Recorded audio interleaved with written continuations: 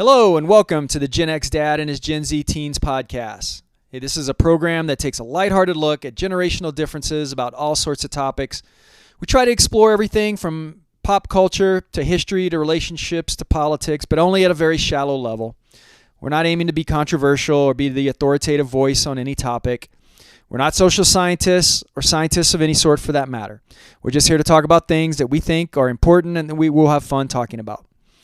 And while normally I would say this is my opportunity to publicly and on the record prove I'm right in all cases versus my teens, today's topic is about books, book series, reading, and I'm just going to concede right off the bat.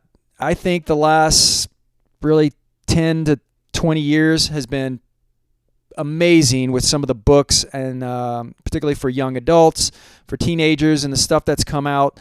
And I'm going to concede right now. I think it's been a better experience for them, and we're going to talk a little bit about that today. So first and foremost, certainly when I was growing up, I would definitely have considered myself, an above-average reader. We're going to talk about books that I've enjoyed and that I have gotten my sons to read as they've become teens.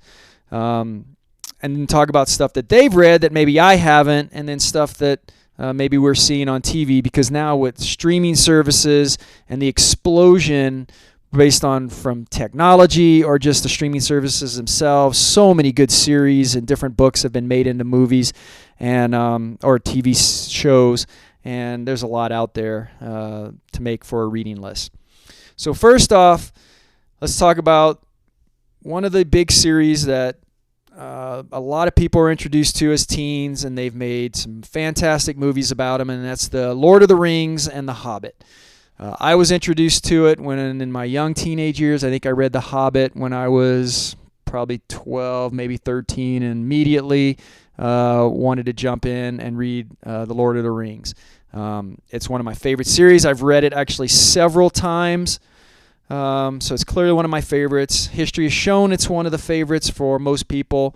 The movies I thought were pretty incredible, especially the extended versions. I thought they did a really nice job with them. And I got my teens to read them. So let's start with you first off. How did you like Hobbit and Lord of the Rings? Yeah, I thought they were both pretty good, both books and movies. I think they did a really good job with turning the books into the movies. And yeah, I think just overall it was a really good series. Okay, and what about you? You actually just only recently finished reading the books, even though you saw the movies first. I like both of them. I thought they were both pretty good. Like you said, they did a really good job turning the books into the movies.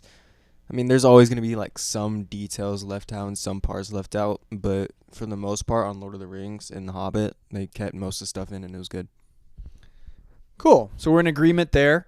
The next one is books that I encourage you guys to read. You haven't gotten there yet, but the Foundation series, and I've been really happy with the fact that they tried to make that into a TV show. I'm enjoying the TV show, although it's not at all like the books themselves. Lord of the Rings, Tolkien was, he's famous for creating this whole other fantasy type genre in a large sense versus standalone short stories.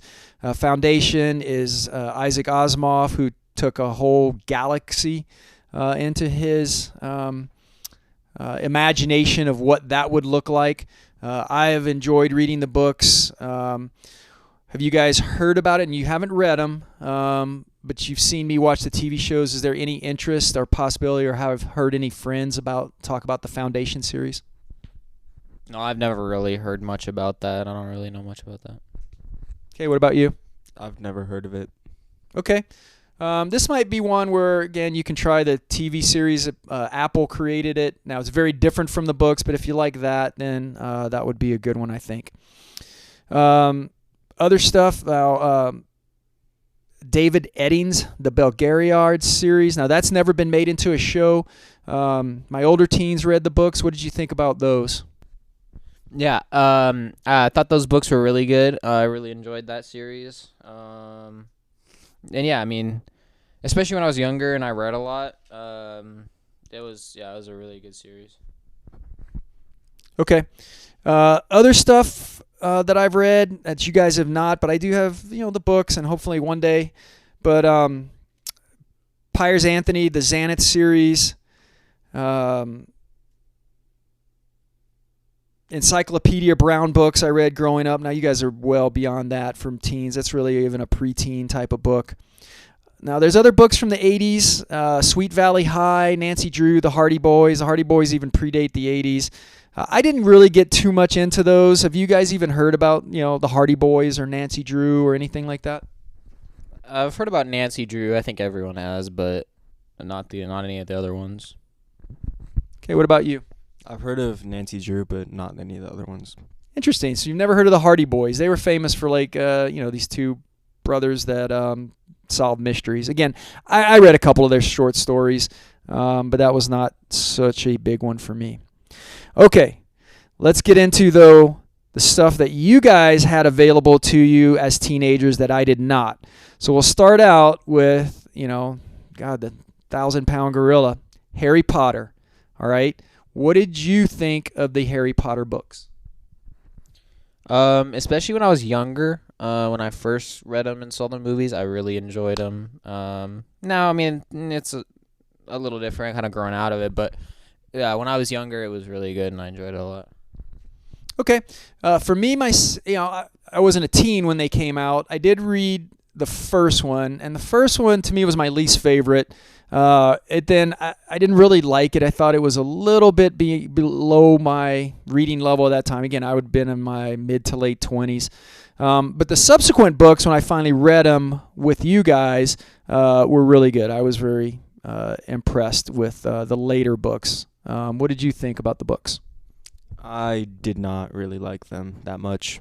I thought there was just mainly, I don't know. It was just it was too slow. There wasn't really much happening. Okay. Now you had the benefit. I mean, you were so young when we read it with your brother, and so you got to see the movies before the books. Do you think that's a big part of what's turned you off? Probably, yeah. Yeah, and I think we're going to see that throughout this. Hunger Games. All right. Now, technically, I've never read The Hunger Games, but you read The Hunger Games, and then we've all seen the movies. What did you think about Hunger Games as books? Yeah, I think at the time when I read them, I really enjoyed the series, and then obviously the shows or the movies were pretty good too. So yeah, it was pretty good.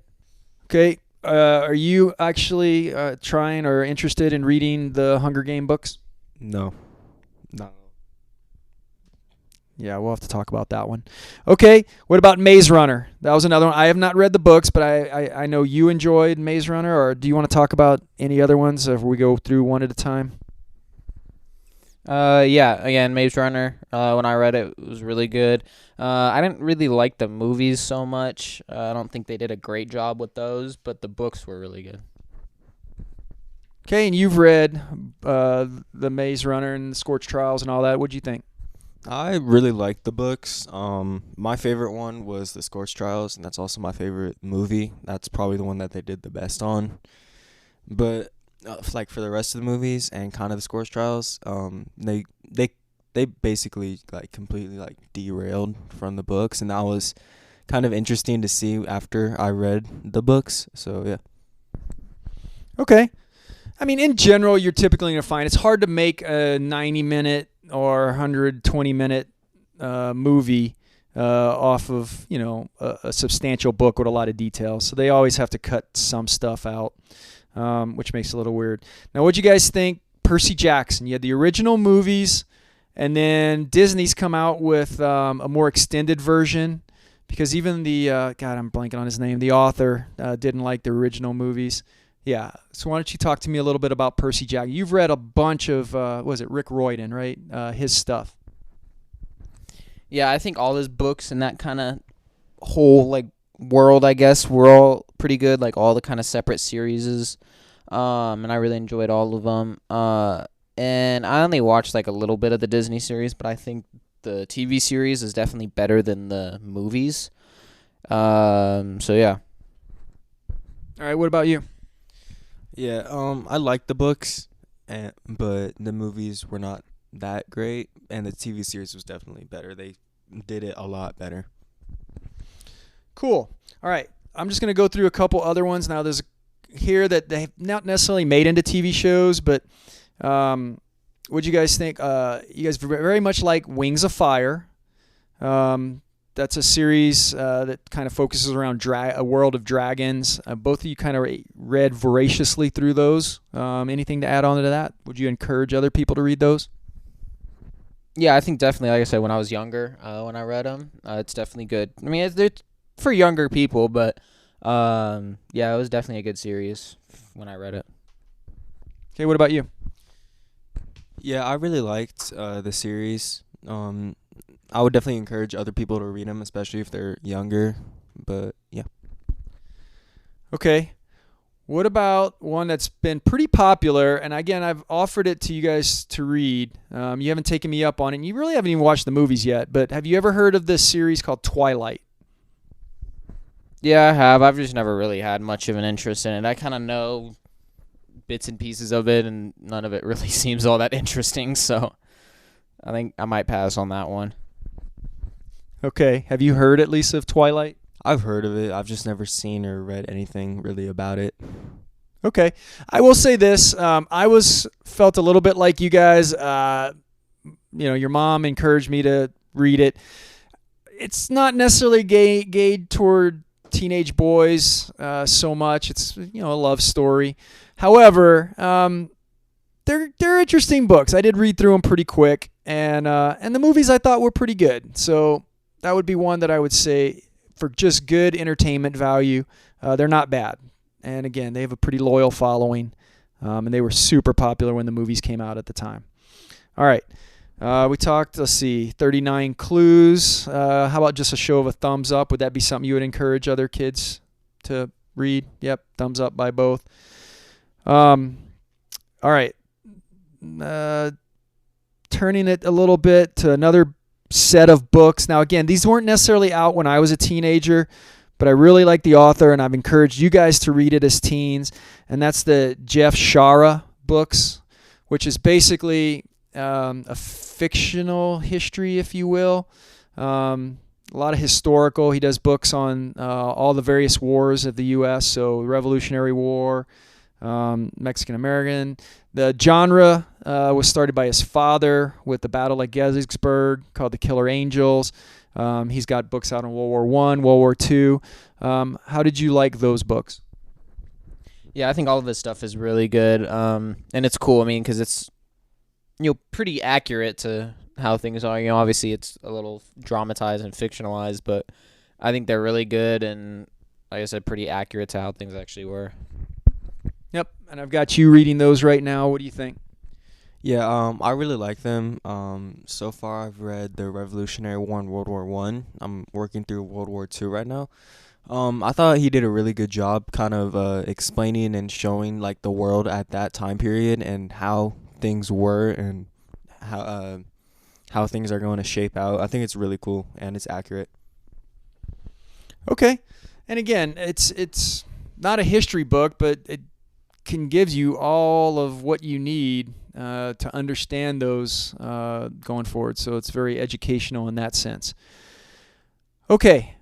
We could go on and on all day talking about this.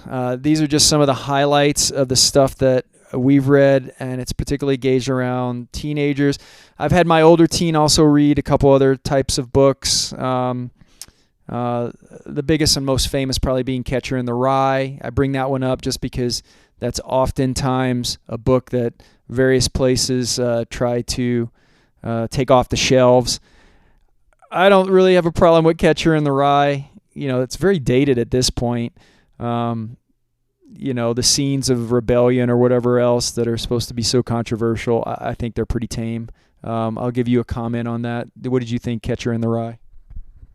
Yeah, I mean, it's definitely written for another time. But I still think it's a good book, and I think any sort of restriction or book banning is definitely never really a good thing. So I think it's something that most people should read. Okay.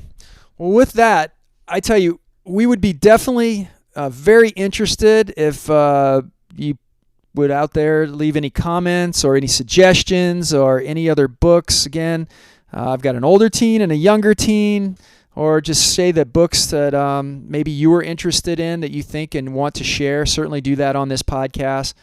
As I said earlier, I'm going to concede. I think I have a whole list of stuff that I want to read that they've read. Like I said, the Hunger Games, the Maze Runner series, the Divergent series. All of that stuff is, to me, pretty amazing. And I would love to hear any comments that anybody out there has on this topic. Other than that, that's all we have for today. We're going to stop here. Thank you for listening, and hopefully you'll check in again next week. This has been the Gen X Dad and his Gen Z teens. Thanks. Bye.